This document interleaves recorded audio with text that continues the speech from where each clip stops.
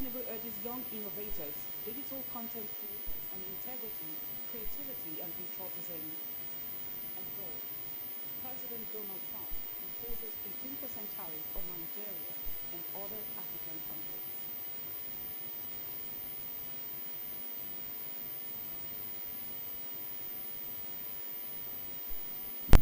You're watching Delta TV News. I am Blessing Isiabada. The state governor, the Right Honorable Sheriff Oborewole, has reaffirmed his administration's commitment to support Orogun Kingdom in unlocking its potential through sustained investment in infrastructure, agriculture, and human capital development.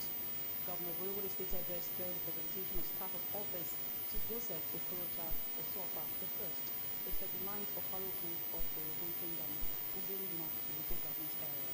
Sarah Otu has details.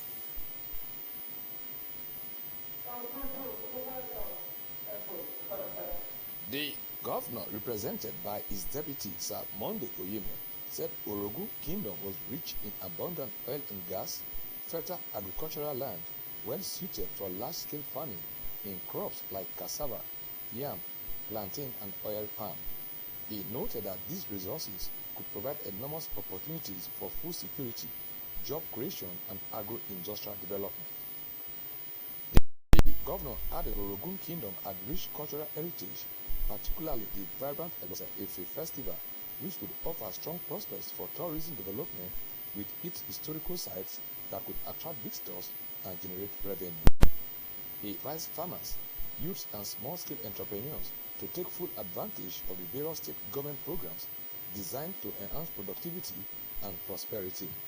Governor Oborewole noted the appeal of the people for critical infrastructure, particularly the completion of the Ebo-Obodeti Orogun Road, including the 1.6-kilometer link road from the Orogun Grammar School to Igboku Junction, as well as other key roads across the kingdom.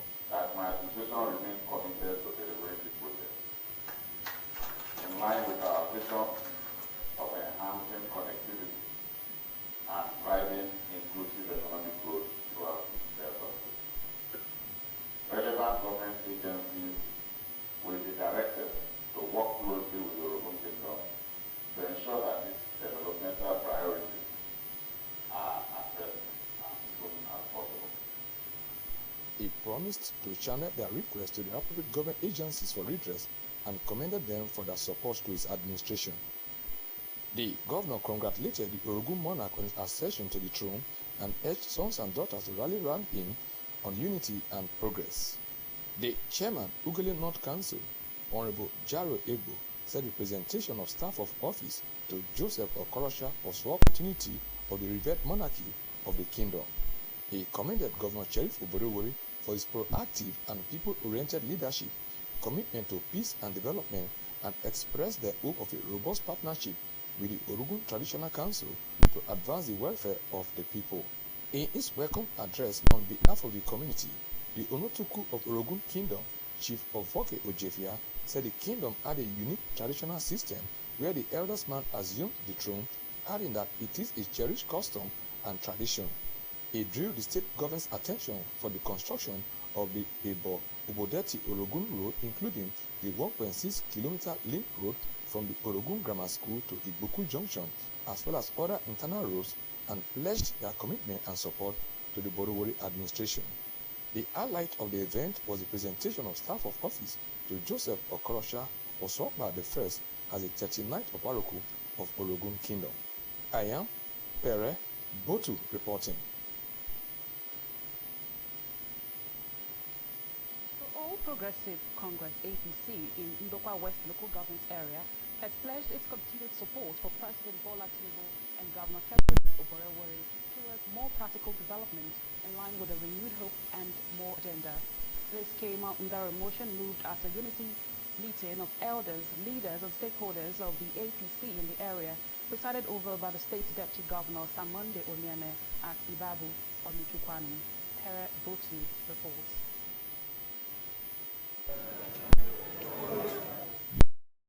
The majority leader in the Ndokwa West Legislative Arm, Honorable Ugo Anamali, moved the motion seconded by Honorable Wilfred Ajua and unanimously affirmed by all present.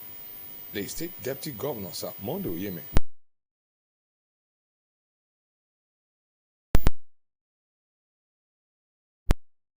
commended the people elected and appointed officials of government to work assiduously to take the APC to greater heights and carry members along in the scheme of things. Sir Oyeme commended local government chairmen for replicating the more agenda at the grassroots and for showing good leadership examples. He called on the media, particularly the social media, to verify information before publication and highlight the achievements of the government. The Undokwa West APC chairman, Chief Gregory D.K. Honor, stressed the need for all to work together for the growth of the party. The managing director of the Delta State Oil Producing Areas Development Commission, the SOPADEC Chief Festus Ochonogo, among others in their remarks, tasked the wards to hold regular meetings and create activities to foster unity among members. I am Pere Botu reporting.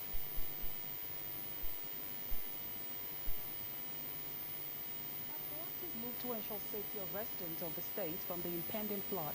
The Delta State Oil Producing Areas Development Commission, the SOPADEC, has commenced the silting of drainages in various communities in Ika Northeast and Ika South local government. The managing director of the SOPADEC, Chief Festus Ochonogo, and the commissioner representing Ika Nation on the board of the SOPADEC, Mrs. Cordelia Anyago, monitored the exercise. Eunice Emiasia reports.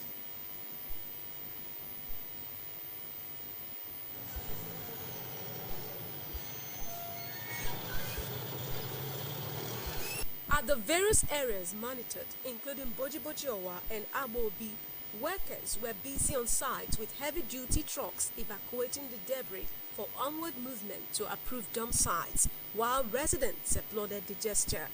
The SOPADEC MD, Chief Festus Ochonogo, said the move was to ensure free flow of water, especially with the recent announcement by the Nigeria Meteorological Agency, NIMET, that many states, including Delta State, would be affected by flood. Chief Ochonogo urged residents to stop the habit of dumping waste in the drains, as it remained a major reason the drainages were blocked despite government efforts. He appealed to builders not to erect structures on natural waterways and channels, emphasizing that the consequences were grave and would affect everyone.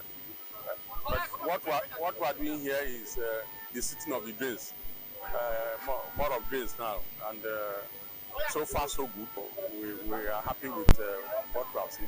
There is a natural discharge point there, so I've directed my people now to at least open it more to the discharge point, so that the water that is coming from all these ones now will flow to the discharge point. Since it's already a natural way, let's just maintain it a bit to facilitate the movement of the water from this upward to the discharge point.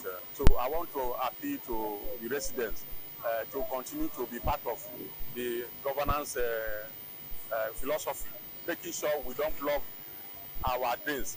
Also speaking, the commissioner representing Ika Nation in the board of the SOPADEC, Mrs. Cordelia Anyango, called on the council chairman to inaugurate a task force to ensure strict compliance to environmental laws, adding that close monitoring was key to achieving the aim of the desilting exercise.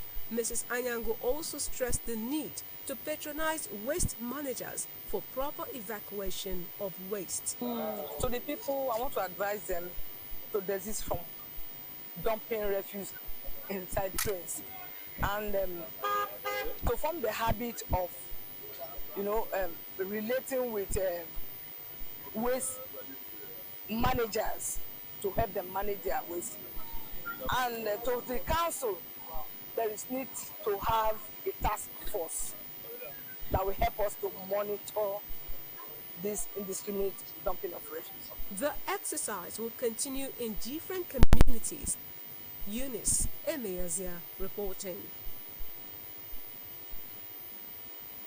The National Economic Council, NEC, has called for the strengthening of state emergency management agencies, SEMA, across the 36 states of the Federation and urged the Federal Ministry of Finance to release emergency funds to address impending flood effects.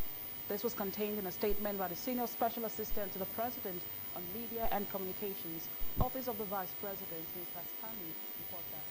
The Council's resolution came following a presentation by the Director General of the National Emergency Management Agency, NEMA, Mr. Zulibaida Umar, on the country's 2025 flood preparedness and response initiatives during the Council's meeting. It added that local government areas and communities were specifically directed to take ownership of local risk mitigation efforts, engage actively in awareness campaigns, and report early signs of flood risk to appropriate authorities. The Council directed.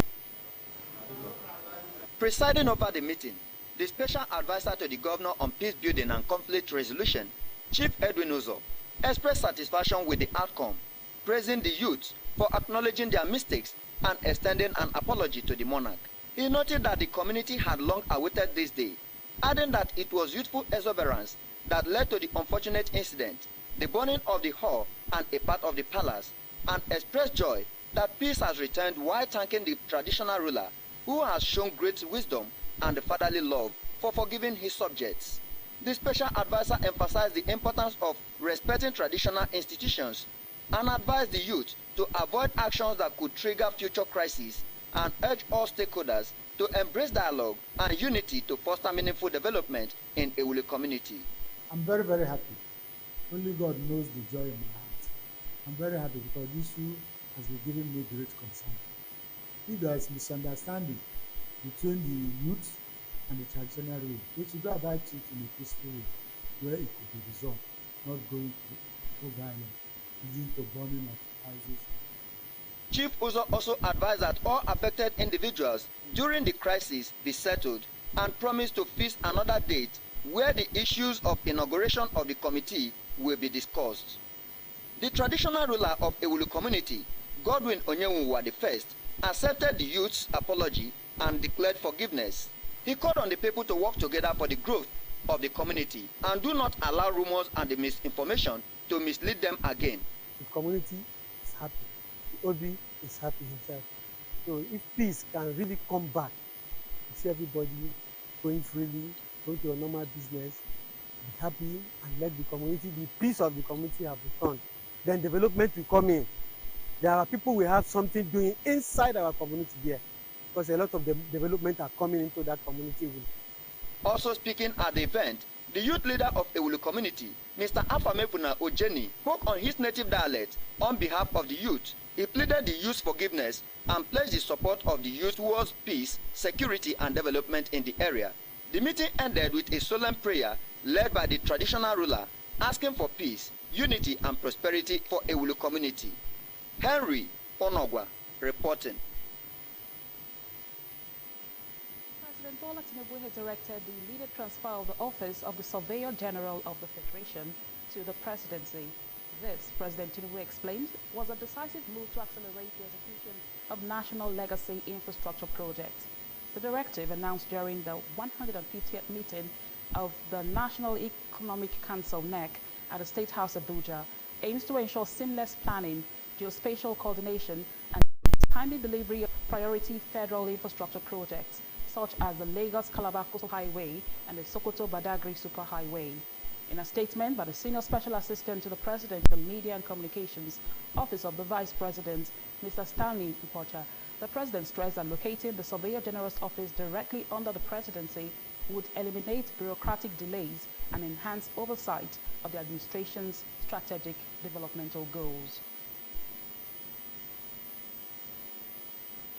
The wife of the State Deputy Governor, Ezine Catherine Onyeme, has been lauded for her contributions to the Nigerian Institute of Quantity Surveyors, NIQS, especially in the state chapter.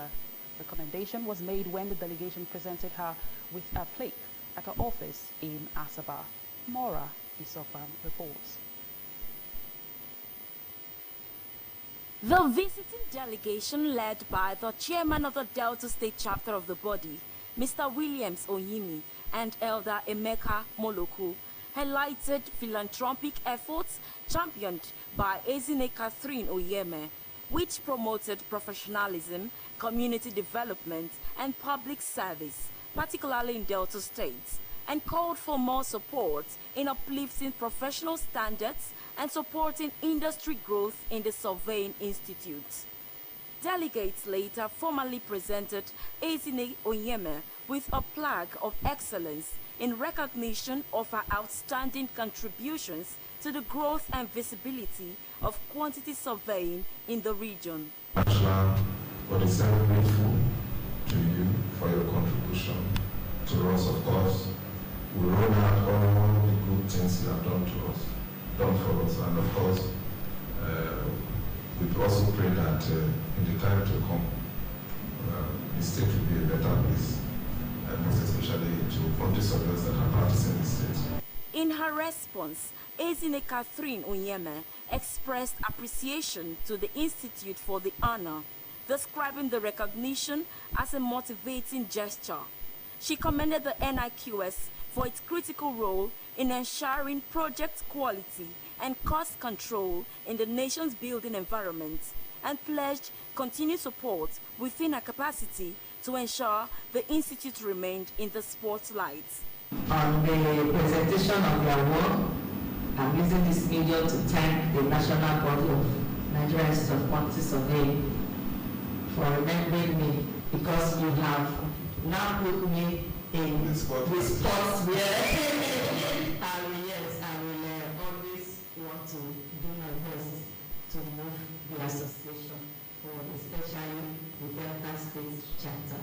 The award had initially been received on behalf of the Deputy Governor's wife during the Nigerian Institute of Quantity Surveyors NIQS two-day national workshop and induction of new members held in Enugu State recently. Mora Isokwan reporting.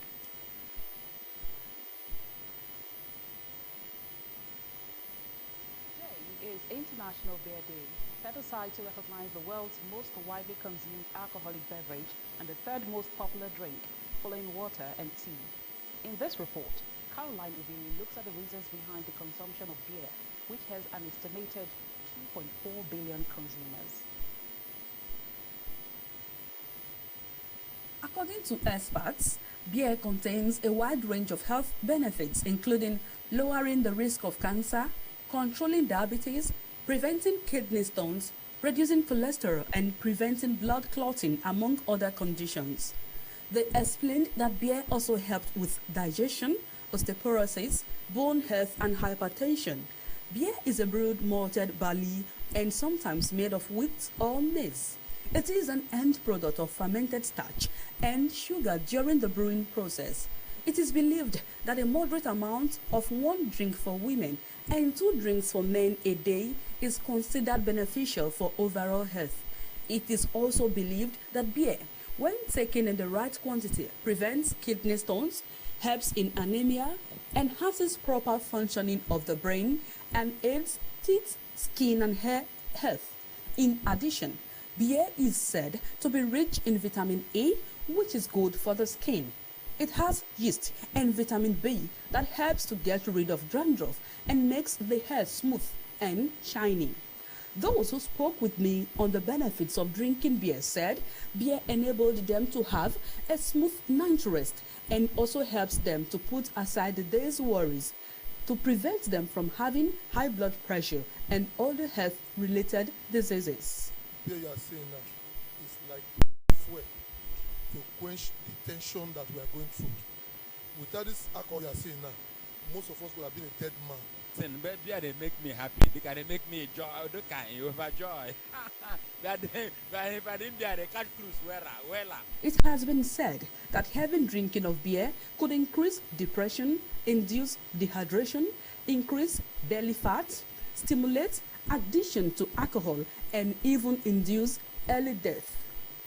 Beer lovers have therefore been advised to take moderate amounts to prevent the multiple health conditions associated with its high. Beer sellers also expressed worry over a sharp decline in the sales of beer and appealed to government at all levels to put modalities in place to properly checkmate the price, as the increment in the price of fuel had negatively affected their sales. Bad though, very, very bad, no money. Even the beer is very